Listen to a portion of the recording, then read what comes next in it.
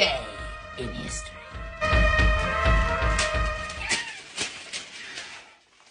November 18th, 1996, Tony Silver, world-renowned expert and protector of exotic birds, is sentenced to 7 years in prison for smuggling birds. Silver was known as a bird lover since childhood. His parents even encouraged him to keep him out of trouble. Well, it didn't work.